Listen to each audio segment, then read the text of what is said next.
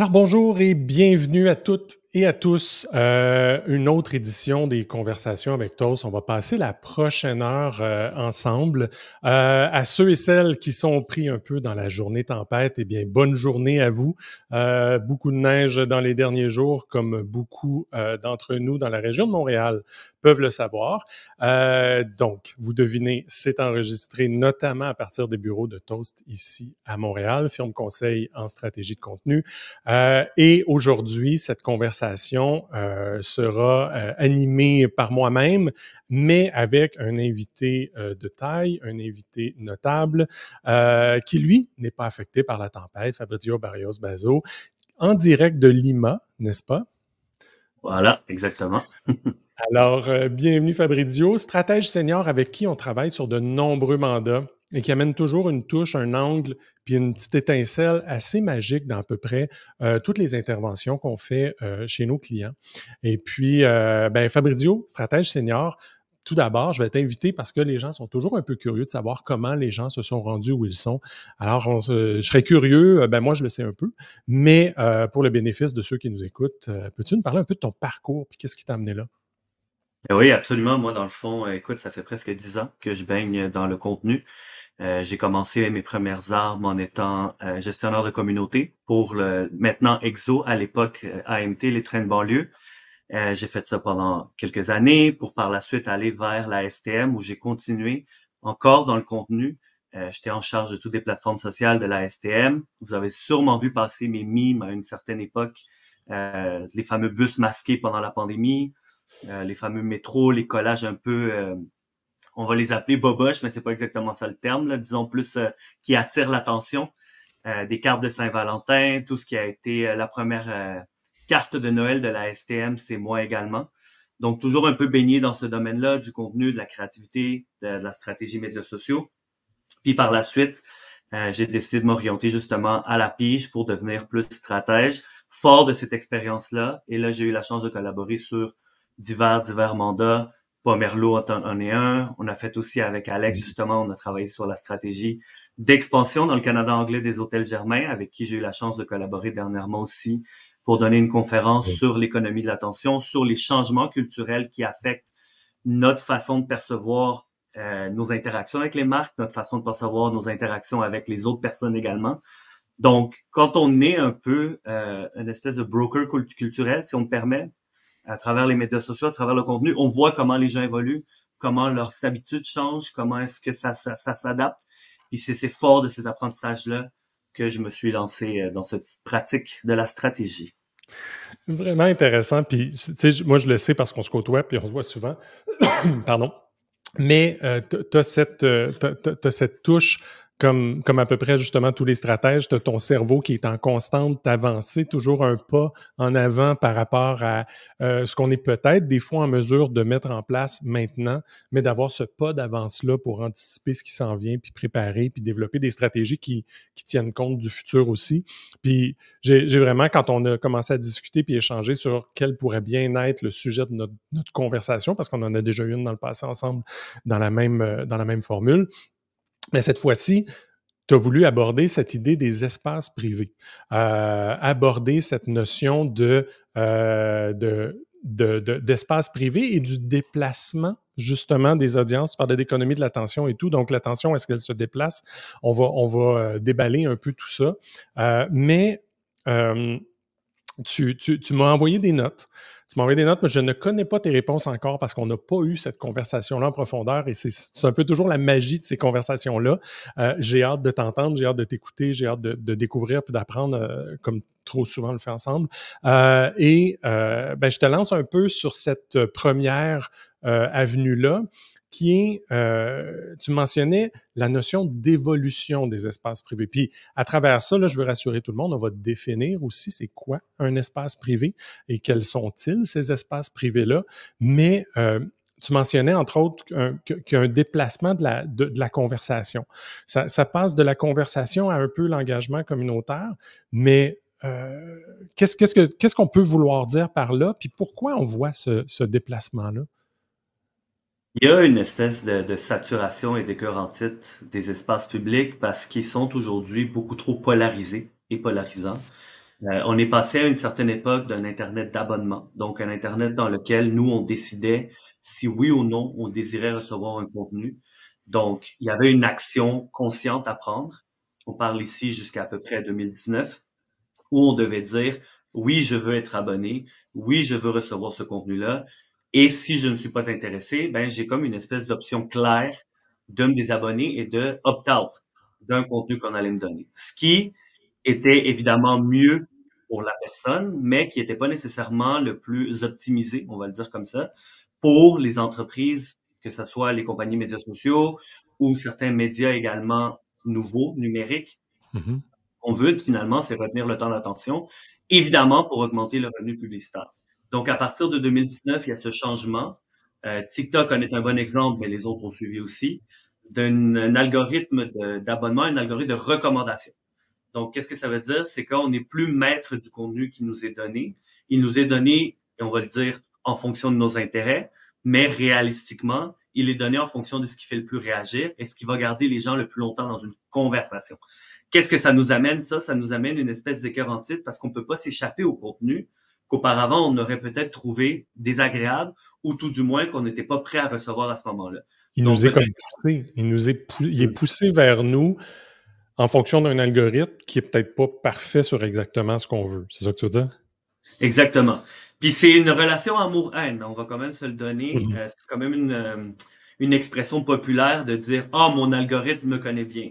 Mon algorithme m'a donné cette recommandation». Comme si c'était devenu cette espèce de voodoo magique qui est capable de nous dire et de savoir plus qu'on pense. Donc ça a eu son positif, surtout à une époque où la connexion était impossible hors d'un espace public, surtout Mhm. pendant la pandémie. Mais de plus en plus, avec cette volonté de revenir puis de se revoir en personne, ou cette obligation parfois aussi avec le retour au bureau, Mhm. on voit que l'algorithme prend une place différente. C'est tout d'un coup, il recommande plus nécessairement des choses qu'on est prêt à voir ou à accepter, mais il recommande des choses qui nous font partie de notre quotidien, mais qu'on voudrait peut-être laisser de côté pour se concentrer sur notre routine, pour se concentrer sur notre famille et nos amis. Puis, puis à ce moment-là, il y a ce déplacement vers ce que tu appelles des espaces privés. Mais qu'est-ce qui fait réellement que l'expérience va être autant meilleure à l'intérieur d'un espace privé? Puis c'est quoi là, un peu où est-ce que les gens vont quand tu dis ils se déplacent, puis ils s'en vont, ils Mm-hmm. se ramassent où? Il faut définir un espace privé avant tout. Je pense que la première des choses, c'est de voir un espace privé non pas seulement comme une conversation privée. Un espace privé peut être aussi, et c'est drôle à dire, la vraie vie. Tu sais, la vraie vie est un espace privé, simplement qu'aujourd'hui, certaines marques, puis on va en parler un peu tout à l'heure, vont créer un endroit où les gens peuvent se rassembler, mais un peu sous le contrôle ou grâce à plutôt Mhm. des marques. Oui. Donc, si on le ramène à l'expérience immédiate du déplacement qui s'est fait, les espaces privés se définissent beaucoup par des endroits où on enlève tout le bruit d'autres choses créées par ces algorithmes qui étaient supposés nous faciliter la vie. Puis on l'amène pour avoir une discussion sur un sujet niché qui nous importe à ce moment-là. Puis pour vous donner un exemple très concret, ça va être par exemple, on fait partie d'un groupe Facebook. Et Mhm. aujourd'hui, les groupes Facebook peuvent avoir des sous-conversations. Et chaque sous-conversation va être sur un sujet spécifique. Donc, si on est dans un groupe de jardinage, il va avoir des sujets spécifiques sur le type d'engrais, une conversation sur le type de gazon, puis une autre conversation sur les outils, qui vont devenir des espaces privés hors de tout ce bruit-là, où on va avoir une discussion avec des gens qui cherchent à avoir la même information stimulante que nous au même moment. Puis Des si on passionnés comme l'extrapole, nous. exact. On se retrouve dans un espace où on est beaucoup plus proche de pairs et beaucoup plus proche d'humains qui nous ressemblent. Puis il y a beaucoup moins d'algorithmes. Dans ce que tu dis, il y a pratiquement plus. Pas Bon, il peut en d'algorithme. avoir, là, si on peut faire des nuances peut-être, mais c'est comme s'il n'y avait plus d'algorithmes dans ce cas-ci. Non, exactement. C'est que on se sert de l'algorithme pour découvrir une certaine communauté, mais après, on fait le choix volontaire de s'y détacher pour aller dans cette conversation-là, puis avoir des conversations qui sont celles qu'on a choisies finalement. On revient à cette espèce de volonté de dire, moi, j'avais juste envie d'être là pour un seul sujet, puis je voulais pas nécessairement savoir tout ce qui se passait autour, puis j'ai pas besoin de parler, puis c'est pour reprendre mon exemple de jardinage, j'ai pas besoin de parler du type de fumier parce que moi, je fais du jardinage en ville, puis j'ai juste besoin de savoir quel type de terre les roses poussent mieux, par exemple. Ouais. Donc, cette nuance-là n'existe plus quand l'algorithme nous donne des sujets vagues. Et donc, on recherche à retrouver cette nuance-là dans des conversations très privées. Encore une fois, qui sont possibles grâce aux algorithmes. Donc, c'est un Ben, mélange intéressant. c'est fascinant parce qu'on pense au groupe Facebook, on pense à des communautés dans lesquelles on peut chacun ou chacune être abonné ou membre. Puis très souvent, on va voir le post de quelqu'un qui va commencer par j'ai fait une recherche dans la communauté, mais j'ai pas trouvé la réponse. Alors voici ma question. C'est que ça devient un endroit aussi où il y a une quantité de savoir qui existe, qui n'est pas statique en soi, mais il y a cet objectif de dire, ben, peut-être que quelqu'un a déjà répondu à la question. Il y a quelque Et, chose de fun là-dedans. oui, puis il y a un phénomène aussi. Les gens ont compris avec le temps que beaucoup de choses sont optimisées pour leur vendre quelque chose. Mhm. Puis c'est pour ça que le SEO, comme disons mesure de performance ultime, est moins en moins populaire. C'est parce que les gens comprennent que, par exemple, ce blog a été écrit dans le but de pousser quelque chose ultimement. Ouais.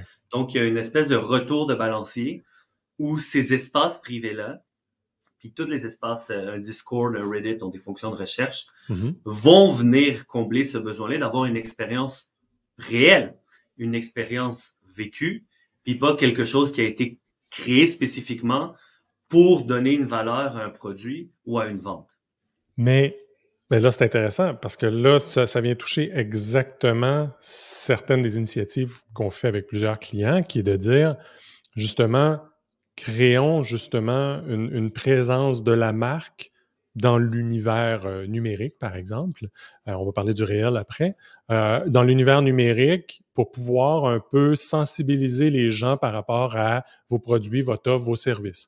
Euh, mais là, avec ce que tu décris là, on est sur beaucoup plus de la relation humain à humain, puis j'ai pas l'impression qu'il y a beaucoup de marques qui soient bienvenues dans ces communautés-là. Qu'est-ce que ça, c'est quoi l'impact que ça peut avoir sur la stratégie de contenu, par exemple, d'un annonceur ou d'une marque? Mais il y a deux choses. Premièrement, il y a une donnée qui est sortie récemment, puis c'est à peu près 54% des recherches questions dans Google qui sortent avec un Reddit à la fin.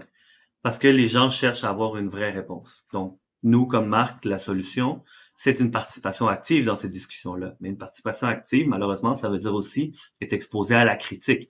Donc, c'est cette espèce d'ouverture d'esprit conversationnel qu'on doit amener. On peut plus juste dire, bon, mais voici, je te donne une bonne information, puis lis-la donc au complet, Mhm. et maintenant, tu sais de nous. Au contraire, les gens vont vouloir aller faire une recherche. Est-ce que ce produit est bon? Plus Reddit, pour justement avoir des vrais avis, avoir des conversations, avoir des comparatifs. Donc, c'est à nous de ne pas avoir peur, puis de se lancer dans ce comparatif-là, de se lancer dans ces discussions-là pour pouvoir faire partie de justement quelque chose de plus réel. Puis un deuxième volet là-dedans, qui est super Mhm. important, c'est que de plus en plus de marques utilisent les employés comme vecteurs de réalité, justement. Les employés vont être une façon de se faire Ouais. voir et de montrer finalement qui on est, qu'est-ce qu'on représente, pourquoi on le fait, parce qu'il y a cette espèce d'effet de reconnaissance, de connexion qui va donner une voix de plus, mais une voix beaucoup plus crédible, parce que cette personne-là, j'ai l'impression que je pourrais la croiser en magasin, ou elle représente une expérience que je pourrais avoir réellement par la suite. Ouais, mais là, je vois déjà certains leaders, dirigeants dire oui, mais cet employé-là va peut-être partir. Là. Qu'est-ce qu'on va faire quand il ou elle va s'en aller? On devrait-tu créer un avatar qui s'appelle Marie, quelque chose, Jean-Marc, puis c'est cette personne-là qui va répondre? Tu sais, je pense que l'authenticité fait en sorte qu'on non, on ne devrait pas. Mais là, tu sais, puis là, tu viens de parler un peu de Reddit, de groupe Facebook et tout. Je veux nous amener sur le volet des DM aussi, puis certaines conversations. Mais il y a une chose qui m'est venue en tête pendant que tu parlais, puis c'est une vieille citation de Gary Vaynerchuk qui disait Marketers ruin everything. Fait que là, la question va être, là, puis à réfléchir dans la prochaine demi-heure, c'est comment est-ce qu'on peut ne pas ruiner cette Ouais. chose-là où les gens sont allés se cacher parce qu'ils étaient tannés un peu.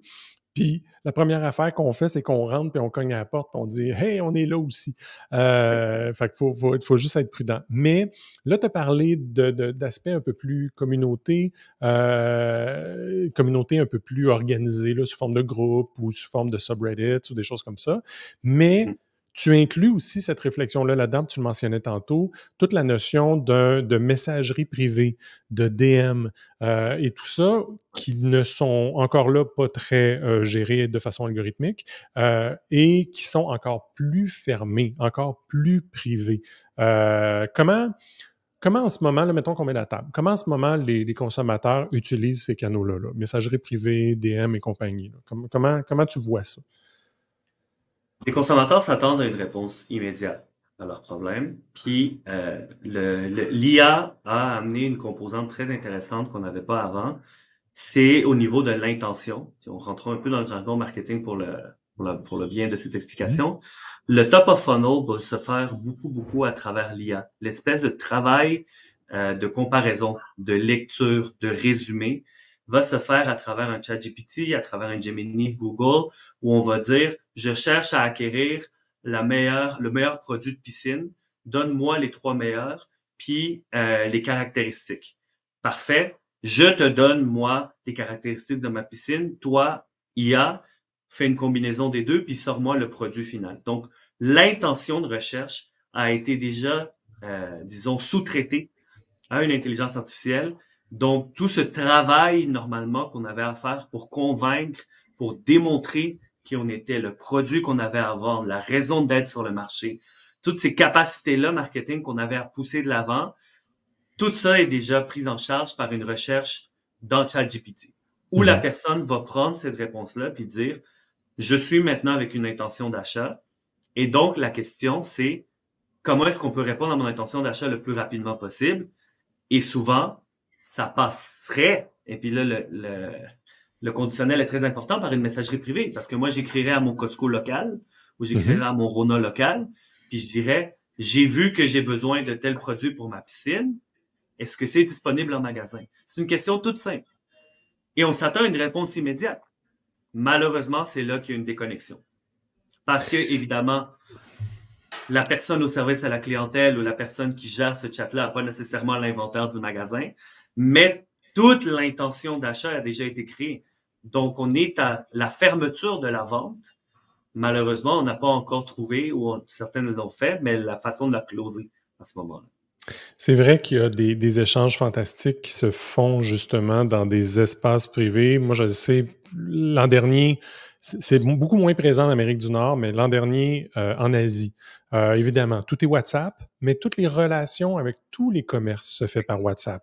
Et tout le processus de je pose des questions, je m'informe, on m'envoie deux, trois liens, je pose une question pour clarifier, on m'envoie un lien de paiement, tout le processus ne s'est pas fait sur les plateformes publiques, sur le site web de l'entreprise où je me promène par moi-même, mais j'ai vraiment été guidé par un humain dans une conversation privée. Et évidemment, pour moi qui habite au Canada, je trouvais ça fantastique. Et c'est quelque chose auquel on n'est pas encore arrivé, comme tu le dis, au niveau des commerces, puis au niveau des marques ici, mais ce déplacement-là est bien réel. Et là où on pouvait, dans le passé, se dire, ah, mais quand quelqu'un va faire son magasinage, va être en top of funnel, par exemple, il va se promener, il va à un moment donné se promener sur notre plateforme web. Super, on va pouvoir recibler cette personne-là par la suite pour l'attraper puis la ramener dans une étape ultérieure de sa prise de décision. Mais là, on n'est plus là du tout. Si la question se passe par messagerie privée entre la marque et la personne, oui, il y a des fonctionnalités qui peuvent potentiellement te permettre de recibler, mais on n'est pas sur les mêmes dynamiques. Il y a vraiment, vraiment quelque chose de nouveau. Puis, tu as mentionné les bonnes pratiques ben, en fait, on dit bonnes pratiques, mais c'est tellement basé sur les attentes des gens de dire, Exact. ben, la question que tu risques d'avoir, c'est tu l'as-tu en magasin? Ouais. Donc, la bonne pratique, c'est de mettre en place, j'imagine, ces mécaniques-là pour pouvoir arriver à ce niveau-là de service. Ben oui, absolument. Puis je pense que l'exemple de l'Asie, ici en Amérique du Sud, c'est la même chose. C'est l'exemple parfait où, ultimement, certains s'en souviendront, c'est une bonne vieille conversation au téléphone comme à l'époque. Bonjour, est-ce que ça existe? Oui. Avez-vous plusieurs modèles? Est-ce que vous me le conseillez? Oui, non, merci. C'est des conversations simples. Mais on a tellement cherché à réduire le coût de la relation humaine que finalement, on s'est complètement éloigné de cette facilité-là qui existait à une certaine époque. Je veux dire, quand je travaillais au retail dans les années 2008-2010, Mhm. on avait encore cette relation-là. Je cherche une chemise bleue, avez-vous quelque chose à me conseiller, etc., etc. Puis, tout se faisait dans une interaction d'à peu près 5 minutes. Et les gens veulent revenir à ça parce que l'information est rendue trop difficile à trouver, ne serait-ce que parce qu'il y a une compétition féroce pour le SEO, le SCM également. On ne sait plus qu'est-ce qui est réel ou pas parce que, encore une fois, peut-être que ce blog a été écrit pour optimiser quelque chose, alors que c'est pas l'optimisation que je vais chercher, mais bien plus l'expérience vécue d'une autre personne. Donc, de reproduire ces espaces-là, c'est ce qui va être le plus important. Oui, d'avoir accès aux connaissances profondes de ce qu'on possède comme produit, de ce qu'on possède comme service, c'est ce qui fait la différence aujourd'hui. Parce que c'est ce qui permet d'avoir l'effet recommandation qu'on a de toute façon comme réflexe de demander dans d'autres sphères. Mhm. Si je prends un exemple concret, tu sais, on est au restaurant, j'hésite entre deux assiettes, je demande au serveur lequel est le plus populaire, lequel tu préfères. On veut reproduire cette interaction-là dans les espaces privés et en Amérique du Sud, en Asie également, c'est très, très fort parce qu'on a la personne à l'autre bout du fil, tout simplement. Pas Oui. parce qu'on a fait une action marketing incroyable, puis tu sais, pour parler d'exemple ici au Pérou, tu sais, c'est pas comme si les CRM, pour la plupart des petits commerçants, étaient super avancés, puis on utilisait une base de données AI, pas du tout. C'est juste une personne qui a accès à toi, puis qui peut prendre le temps de faire un petit tour, puis de regarder s'il y a d'autres options pour mieux te satisfaire. Mhm. Donc, c'est Ben, cet c'est effort ça. de plus-là. Mais je trouve ça intéressant ce que tu mentionnes. C'est une personne qui peut prendre le temps. Puis je pense que Exact. c'est ça qu'il n'y a pas en ce moment, puis qu'on ne réussit pas nécessairement à mettre en place. Ou si on met des gens qui ont du temps, des gestionnaires de communauté ou autres, ils ne sont pas nécessairement sur place parce que peut-être c'est un endroit avec plein de points de vente, puis là, on a un ou deux gestionnaires Exact. de communauté. C'est sûr que la personne ne peut pas tout savoir, mais il n'y a pas ces réflexes-là nécessairement qui sont ensemble. Mais là, tu mentionnes conversation, je dirais presque humain à humain, là, qui a lieu. Il y a Claire qui mentionne dans le chat, elle demande, est-ce que tu considères aussi comme tombant un peu dans le type espace privé, des conversations qui ont lieu sur un Threads, par exemple, où tu as une personne qui a une conversation avec un parfait ou une parfaite inconnue sur un sujet très niché. Est-ce que ça tombe un peu là-dedans aussi? Oui, parce que ça reste un espace qui est pas nécessairement exposé à l'algorithme, c'est-à-dire que le post principal, s'il a une certaine traction, s'il devient certainement un peu controversé, il va être propulsé dans Mhm. l'espace public, mais ultimement, c'est une conversation one-on-one qui a lieu. Je ferai une distinction, par contre. Quand on parle d'espace privé, c'est très important de garder en tête que c'est des espaces où il n'y a pas une incidence algorithmique sur la chose. Donc, les gens font une décision claire d'y être présent. Un Mhm. espace comme Threads, je le verrais plus comme un Reddit de ce monde. C'est-à-dire que toute critique est possible. Donc, comme toute critique est possible, toute conversation doit être franche parce Mhm. que quelqu'un peut nous fact-check, quelqu'un peut amener un avis différent.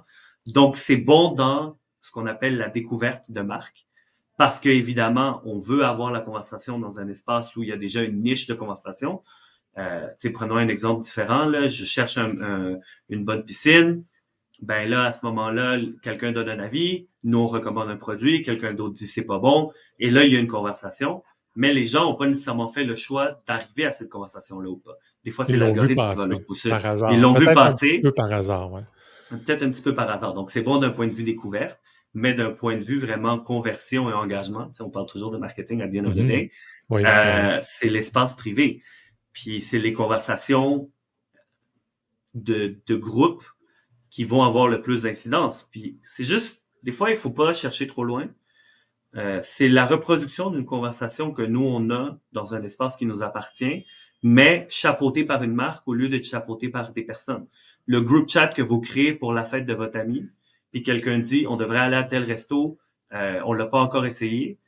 Ben, au lieu que ce soit votre ami qui a créé le groupe chat, ça va être, par exemple, une marque qui va créer ce group chat-là, puis qui va dire, ben, tous les gens qui sont amateurs de cette niche-là, discuter là-dessus.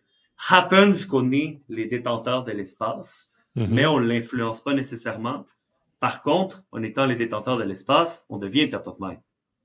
Oui, non, c'est vrai. Puis on apporte la valeur. Si les conversations sont réelles, sont positives et ou fructueuses, ben tout d'un coup, la marque, on a cette perception-là de cette marque-là comme étant une marque qui peut apporter de la valeur. Mais justement, dans cet esprit-là, que ce soit un espace créé par une marque, que ce soit un Reddit sur une niche, il me semble pendant un certain temps, c'était comme un peu laissé dans l'oubli. Reddit est justement jamais mort, puis il y a plein d'autres super forums de discussion qui sont restés très, très, très actifs pendant plusieurs décennies même. Mais est-ce qu'on est en train de voir un revival de ça? Est-ce que tout d'un coup, notre écœur en titre dont tu parlais tantôt fait en sorte que ben, les bons vieux BBS sont en train de revenir? Oui, ben absolument. Puis pour ça, il faut se ramener à la cause du problème, qui est, on passe à peu près 6h43 en moyenne dans une journée devant un écran d'ordinateur. On reçoit à peu près 150 notifications par jour. Puis C'est fou. l'employé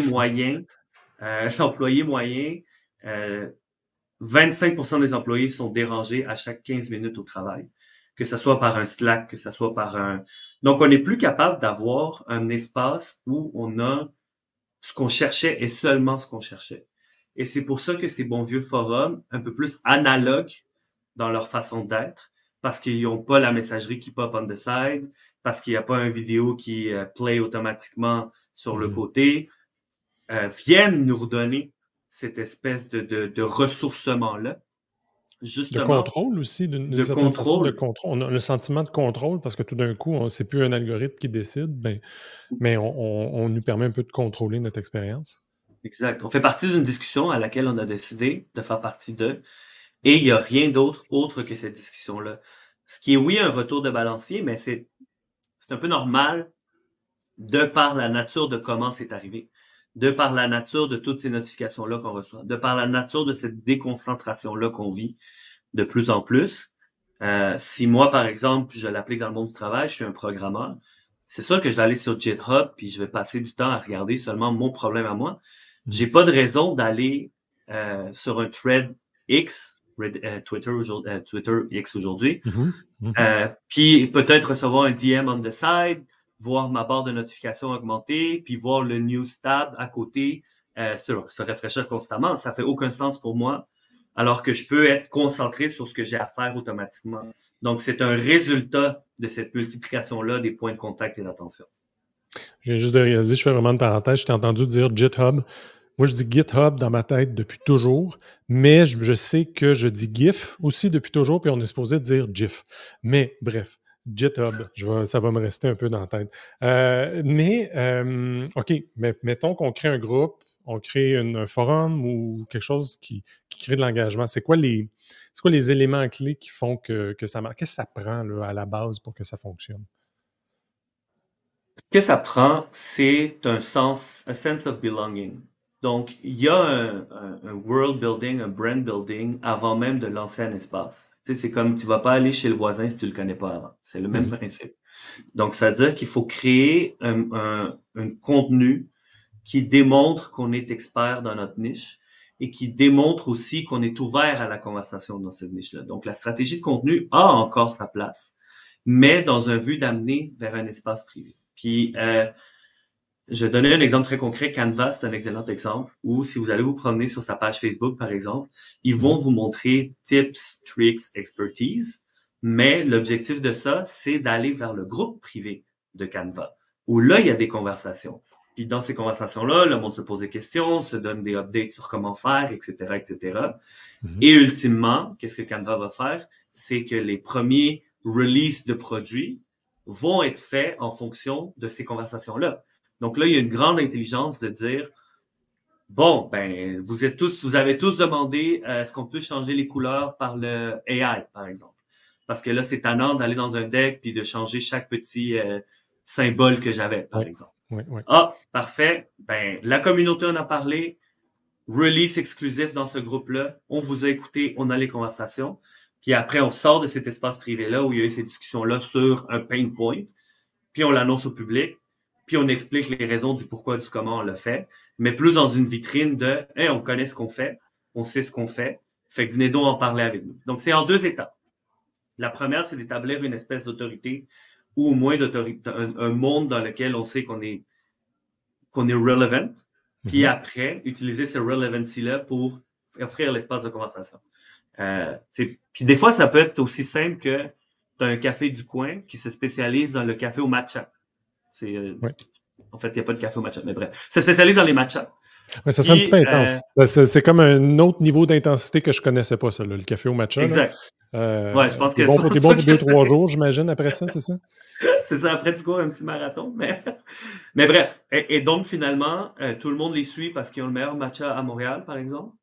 Et donc, ils décident d'ouvrir un espace de discussion privé où on va juste discuter de saveurs de matcha, combinaisons de matcha, puis des fois, il va être mort et vide, mais d'autres fois, les gens vont dire « Hey, aujourd'hui, je suis allé dans tel autre café, puis j'ai Mhm. goûté telle autre saveur. Est-ce que vous pensez l'amener?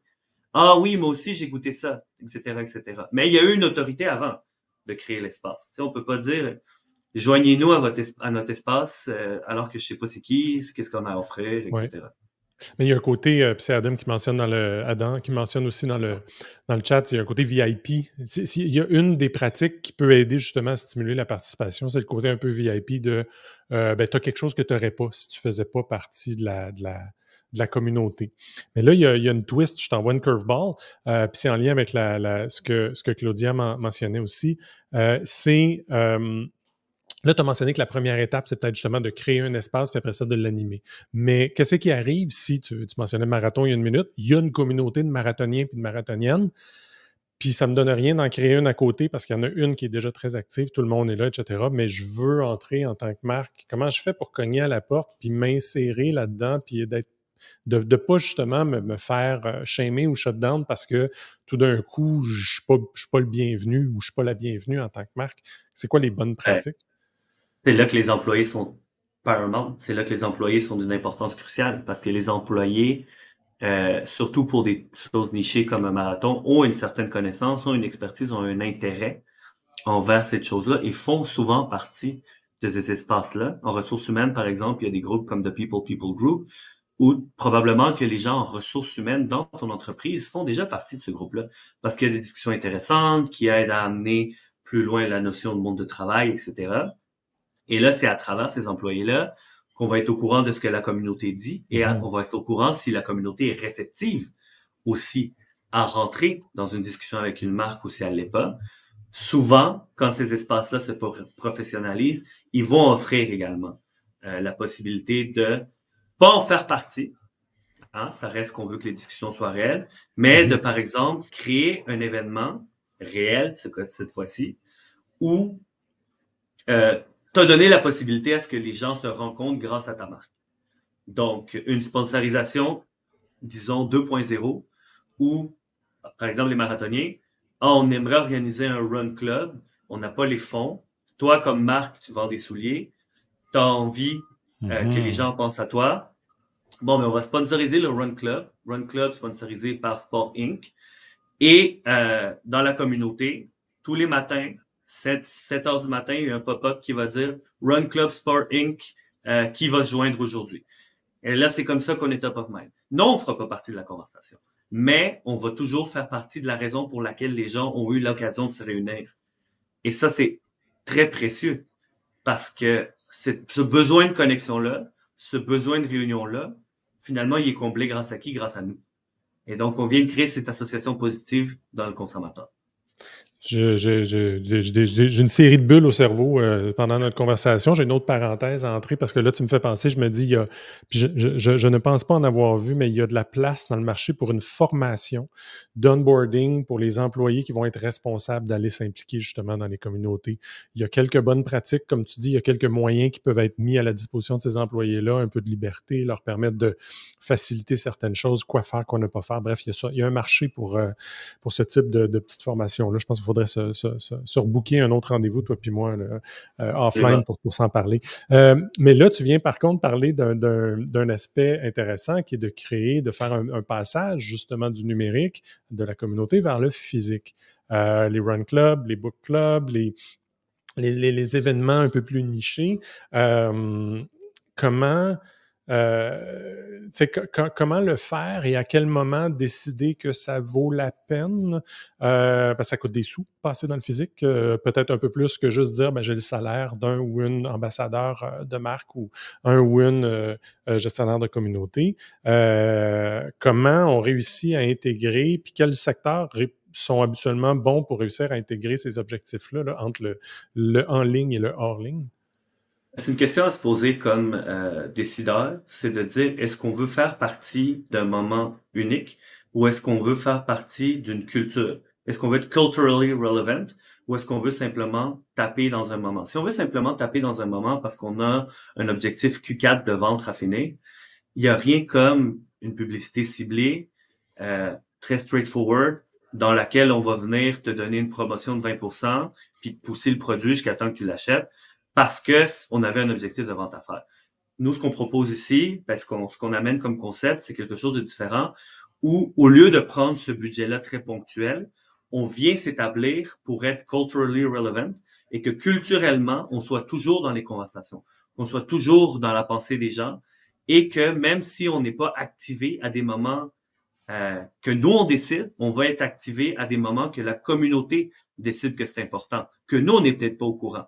Donc, si on prend l'exemple du Run Club, par exemple, on va se dire, OK, ben peut-être qu'il y a un nouveau marathon qui s'en vient à Montréal, qui n'existait pas avant. Puis là, tout d'un coup, nos ventes ont un pic, mais on n'avait pas prévu parce que c'était pas le temps des fêtes, parce que c'était pas le début de l'été. Mais il y a un pic parce que on a nourri cette communauté-là, parce qu'on a nourri cet espace-là. Et là, quand on pense à notre produit, à nos souliers de sport, on va penser à nous en premier. Donc, c'est pas comment est-ce qu'on le budgète, c'est une décision d'affaires de se dire est-ce qu'on veut être présent dans la tête des gens, est-ce qu'on veut faire partie de la culture des gens, ou si on n'a pas nécessairement cette envie-là, ben, c'est correct aussi de faire de la bonne vieille publicité, puis d'aller faire un push marketing immédiat pour obtenir un résultat immédiat. Il n'y a pas de mauvaise réponse à ce niveau-là. C'est intéressant parce qu'une des choses qu'on dit depuis des années, justement, par rapport au contenu, puis la raison du contenu pour les marques, pour être pertinent, justement, puis être top of mind, comme on le mentionnait tantôt, mais de faire partie de la conversation. Un des objectifs ou un des wins qu'une marque pourrait prétendre ou voudrait prétendre c'est cette idée de dire, est-ce que quelqu'un à mener dans un 5 à 7 va dire, hey, tout ce que j'ai appris sur telle chose, je l'ai appris de telle marque. Ça, c'est un peu un objectif intéressant par rapport au contenu. Moi, ce que je trouve intéressant de ce que tu ajoutes, c'est que tu en rajoutes une couche aussi, c'est de dire, est-ce que culturellement, la marque peut devenir relevant, pertinente dans la vie des gens? Puis il y a quelque chose de vraiment intéressant.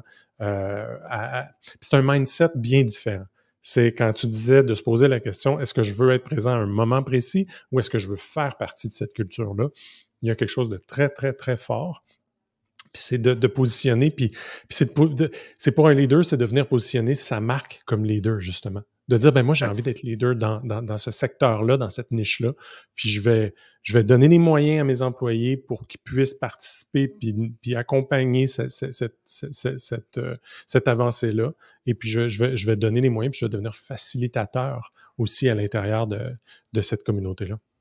Parce que les gens pensent pas aux marques. Ça, c'est très important. Les gens pensent pas à votre entreprise en ce moment, à moins qu'il y ait des problèmes avec, ce qui est pas une bonne nouvelle non plus. Mais les gens Non. pensent aux moments qu'ils ont vécu, aux amitiés qu'ils ont faites, aux connexions qu'ils ont eues, surtout aux connexions qu'ils ont eues par toute la réalité des 5 dernières années, pandémie, surcharge mentale, numérique, etc., etc.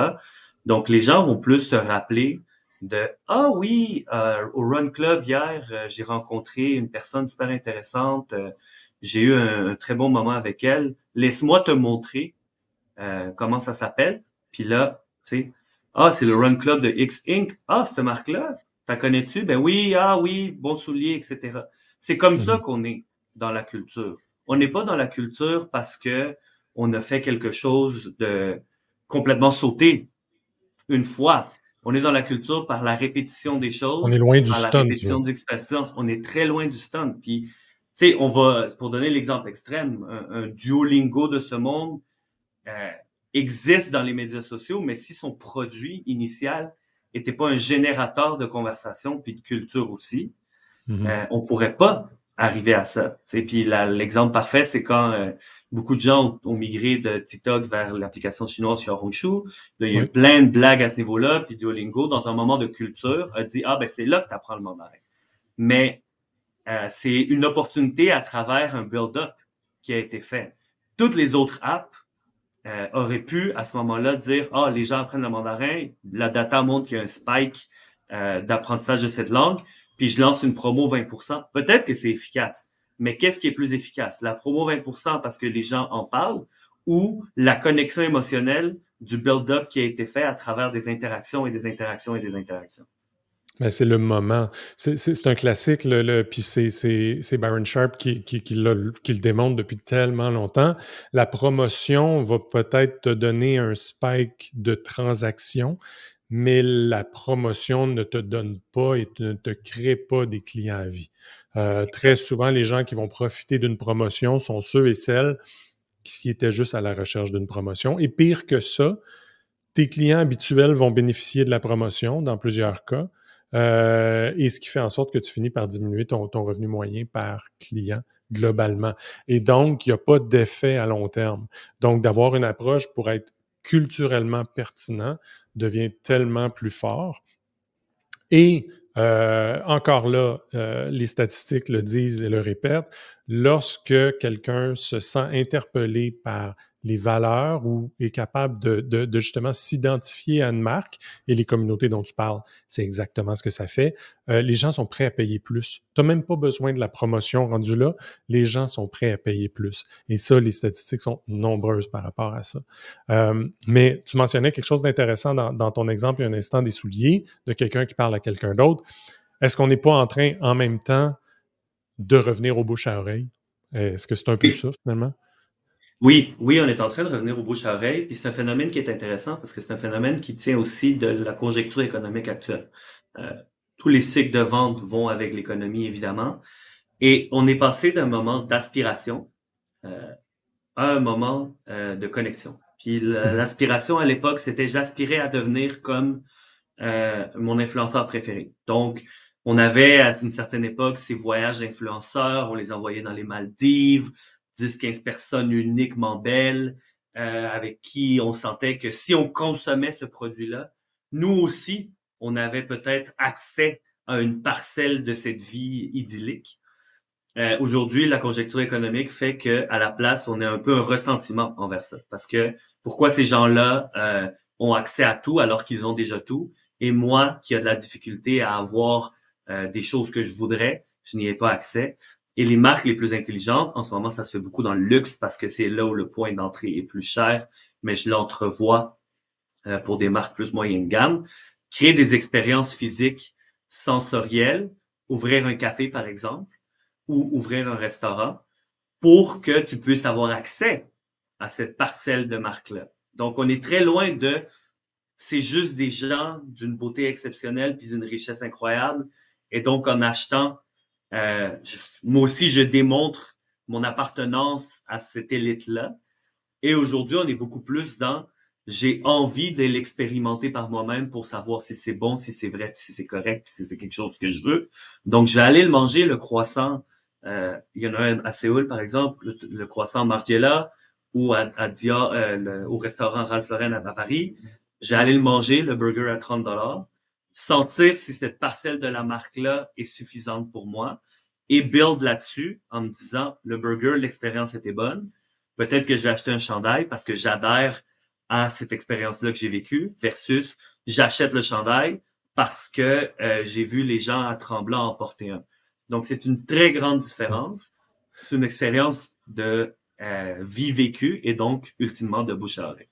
C'est très fort. Puis c'est en lien, entre autres, on donne, Karine Charbonneau et moi, un cours justement à HEC au DSS sur le pouvoir, les nouveaux pouvoirs du consommateur et à quel point il y a un shift, entre autres. Puis une des choses dont on parle, c'est qu'il y a un shift, entre autres, entre la présence, comme tu disais, des influenceurs qui a sa place, qui sert à quelque chose, mais qui n'a plus la même perception qu'elle pouvait avoir, qui va servir à des choses légèrement différentes, mais au contraire, tu as l'avancée puis l'augmentation du pouvoir du consommateur. On va aller dans les forums de consommateurs pour aller justement s'informer sur quels sont les bons côtés ou les mauvais côtés de tel ou tel produit. Puis c'est exactement ça. C'est ce shift-là qui est en train de s'opérer. Mais je pense qu'il y a un balancement qui va devoir avoir lieu aussi. Je pense que toutes tu sais, autant que la promotion peut avoir sa raison d'être, autant que le marketing de performance peut l'avoir, mais par contre, de devenir pertinent culturellement l'est. Puis il y a une dimension aussi de rejoindre un peu plus qui peut passer par on va les appeler des influenceurs ou des gens qui ont une certaine portée. Mais après ça, il faut continuer d'apporter de la valeur. Ça, c'est sûr. Est-ce que tu sais, c'est comment après ça une marque peut réussir à avoir une balance entre faut bien que je sois visible dans l'espace public et je dois m'impliquer dans les espaces privés. Là, on va se retrouver à se dire où est-ce que je dois mettre toutes mes énergies. Évidemment, je ne les mets pas toutes d'un bord ou de l'autre, mais comment je peux répartir mes énergies? C'est quoi un peu le processus décisionnel derrière cet équilibre-là?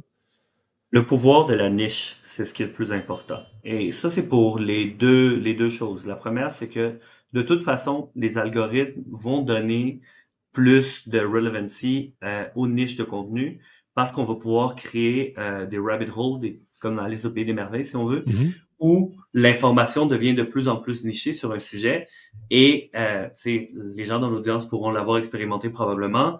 Ah, j'ai liké un TikTok de recettes de Ricardo, puis là j'ai juste des recettes de Ricardo, puis là j'ai juste des recettes de pâtes, puis là j'ai juste des recettes de pâtes spécifiquement à la tomate, puis là je suis rendu avec des TikToks sur l'histoire de la tomate, puis pourquoi telle tomate est meilleure que telle autre tomate. Et donc, les algorithmes vont de toute façon donner une récompense pour ce genre de niche-là, parce que les gens sont à la recherche de ces niches-là également. Et donc, nous, comme marque, il faut trouver notre niche et pousser sur notre niche. Et c'est ça qui est intéressant comme changement, c'est qu'il fut une certaine époque où on se disait il faut être présent partout parce que tu sais il y a des choses, il y a des conversations sur tous les sujets, il y a des conversations super intéressantes, puis il faut trouver un lien entre notre marque et cette conversation-là. Et justement, pour revenir à la quote du début de cette conversation, brands ruin everything. Les marques, en essayant d'être partout, ont créé cette espèce de courant-titre également, parce que finalement, comme c'était pas leur niche, il n'y avait pas rapport. Pourquoi est-ce que ma marque de téléphone cellulaire est en train d'essayer de me parler de vaisselle? Ça fait aucun sens.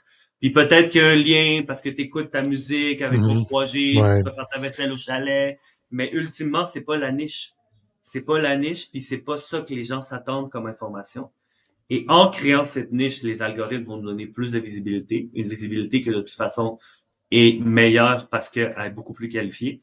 Et en établissant cette autorité de la niche, c'est là qu'on peut créer notre espace privé pour des discussions au sujet de cette niche-là. Donc, moins on s'éloigne de notre réalité, plus on va avoir de succès. C'est vraiment intéressant. Puis t'as-tu peut-être pour Claire, puis pas pour Claire, mais pour Claire aussi, qui posait la question dans le chat. T'as-tu quelques petites pépites d'or, quelques petits exemples qui te viennent en tête de marques qui ont réussi un peu cette idée de soit s'intégrer de façon appropriée dans les espaces privés ou de marques qui ont créé des group chats ou des choses comme ça, puis qui réussissent à les nourrir puis à les maintenir? Ben, comme je le mentionnais, Canva, c'est un excellent exemple. Moi, je vous invite à aller voir ça. Plusieurs compagnies de voyage vont avoir des groupes très intéressants avec des subdivisions. Pas nécessairement les compagnies qu'on connaît.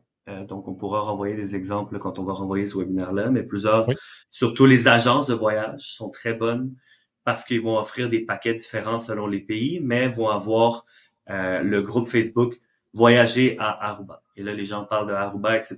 Et après, on va avoir des chats différents pour chaque destination dans Aruba. Donc, est-ce que tu vas à la télé? Est-ce que tu vas à la telle ville?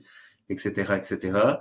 Un autre bon exemple, et c'est ça qui est plus lointain de la réalité de pas mal tous au Québec, mais les marques de luxe sont très, très fortes là-dedans. De combiner tout ce qui est réalité et de combiner expérience. Donc, par exemple, Louis Vuitton, en ce moment, sont sur Discord. Ils ont lancé un jeu exclusif pour leurs 8000 abonnés sur Discord pour qu'ils puissent s'imprégner de la marque, voir comment elle fonctionne, la voir d'une autre façon. Donc ça, c'est un bon exemple. C'est un espace privé. Il y a seulement 8000 personnes et pourtant, c'est une marque de très, très haut calibre qui est là-dedans. Comme je l'ai mentionné tout à l'heure, Dior qui ont ouvert un café, Margiela qui a ouvert un café, Yves Saint-Laurent qui ont reconverti dernièrement un restaurant à Los Angeles pour que les gens puissent aller goûter et vivre l'expérience Saint-Laurent comme s'ils étaient dans un magasin mais qu'ils y mangeaient. Donc peu à peu, ça s'en va dans le mainstream. Mais ce qui est intéressant de la conversation d'aujourd'hui, c'est que c'est pas encore une pratique commune. Donc il y a une possibilité de le faire, puis d'être Il le y a de la premier à le place. faire. Puis si je peux en ajouter un petit exemple qui est proche de nous, justement, puis qui est surprenant et qu'ils ont réussi, il fonctionne, c'est l'Auto-Québec dans le secteur du gaming indépendant au Québec. Donc, tout ce qui est gaming, jeux en ligne, l'Auto-Québec a une chaîne Twitch. On pourrait se dire, mais mon Dieu, que fait l'Auto-Québec sur Twitch? Mais l'Auto-Québec est très présent sur Twitch et ce qu'ils font, c'est deux choses. Ils mettent en valeur les streamers québécois. Donc, les Québécoises et les Québécois qui sont des grands streamers de jeux vidéo, ils vont les mettre en valeur. Il y a des concours, il y a toutes sortes il y a une programmation complète autour de ça. Ils mettent en valeur le jeu vidéo indépendant produit au Québec. Donc, pas les AAA, mais tous les jeux vidéo indépendants qui sont produits au Québec. Et ce que l'Auto-Québec a réussi à faire, parce qu'on pense que ça pourrait être celle qui arrive avec ses gros sabots dans une communauté où, justement, c'est la première chose qu'ils vont se faire, c'est se faire shutdown parce qu'ils ne sont pas bienvenus. Mais ce qu'ils ont fait, c'est qu'ils ont pris leur temps. Ils se sont donné l'opportunité de prendre leur temps. Et une des premières choses qu'ils ont fait, c'est Patrick Hélé de chez l'Auto-Québec qui pilote ce projet-là qui nous en parlait, c'était cette notion de dire on va les écouter. Donc, la première chose qu'ils ont fait, c'était vraiment de relayer ce que les gens font déjà sans eux-mêmes s'impliquer nécessairement. Donc, ils ont donné de la portée à une communauté qui était très nichée et pas nécessairement la plus visible. Et il y a certains de cette communauté-là qui sont tournés vers eux, qui se sont dit « Mon Dieu, on ne nous a jamais écoutés ou on ne s'est jamais vraiment intéressé à nous. » Et là, tout d'un coup, ils ont eu cette pertinence-là. Ils ont développé le vocabulaire, ils se sont intégrés tranquillement et maintenant, ils réussissent des belles choses. Donc, il y a moyen, justement, et ils le font eux via Discord. Ils ont un Discord très actif. Ils ont un canal Twitch, une chaîne Twitch aussi très active. Puis c'est le vrai Loto-Québec. Qui s'implique dans la communauté du gaming ici, en français. Donc ça, il y a ce côté-là. Puis il y a des exemples comme ça, il y en a plein. Fait que s'il y en a d'autres dans ceux qui écoutent, qui entendent, qui pensent à certains exemples qui n'ont pas été mentionnés ici, envoyez-nous-les. Connectez-vous avec Fabrizio sur LinkedIn, avec moi sur LinkedIn. Envoyez-nous-les. C'est toujours win-win de pouvoir échanger comme ça, puis de pouvoir faire avancer un peu les réflexions, parce que comme je disais tantôt, je pense que Fabrizio, on est un pas en avant, justement. Il y en a qui sont déjà là, mais sans tout ruiner, je pense qu'il y a moyen d'être un pas en avant et peut-être d'explorer ces choses-là à l'intérieur des équipes. Et puis, je pense que on va pouvoir clore un peu là-dessus avec la question de Claire. Et donc, parce que ça fait 1 heure qu'on jase, ça fait à peu près 1 heure qu'on jase, ça va vite. On aurait pu en faire plus. C'est toujours la même chose, c'est ce qu'on aime. On aime ça, amener, s'arrêter, puis là, se dire « Hey, on va continuer la conversation à un autre moment ». Donc, n'hésitez pas à nous faire signe, tous ceux qui écoutent. Fabrizio, encore un très grand merci de t'être joint à cette idée puis à cette aventure de ces conversations-là, à l'aventure de ces conversations-là. On va remettre ça. Je pense qu'on aura d'autres sujets sur lesquels on va vouloir avoir un pas d'avance.